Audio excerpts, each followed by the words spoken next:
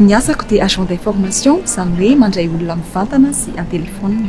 Izahay no mandrindra ny fikarakaran'ireo mpandeha na eo am-piangana na eo am-patongavana. Andraikitray koa mandray ireo manam-pahefanany amin'ny toerana voatokana ho amin'izany. Fanomezana fahafa-po ireo mpandeha, ilaina ny fahaizana mandray olona, fahaiza-miaina, fahalalam-pomba ary fahazotoana. Ilaina mahafehy fiteny telo farafahakeliny amin'ny fanatanterahana ilay asa ahafahana mifanerasera amin'ny mpandeha sy ny kampania eto amin'ny seranana ary ny mpiara-miasa. Izany hoe ny teny gasy, frantsay ary ny anglisy. Ankoatra ny fisahanana ireo mpandeha manana olana manokana, anisan'ny manasarotra ny fiovaovan'ny ora fiasana izay miankina amin'ny fisian'ny sidina. Miezaka no matianina hatrany amin'ny asa ataoko, fa ny tena mahafinaritra indrindra dia mahita an'ireo mpandeha na ny kampania na ny lehibeko afa-po amin'ny asa vitako.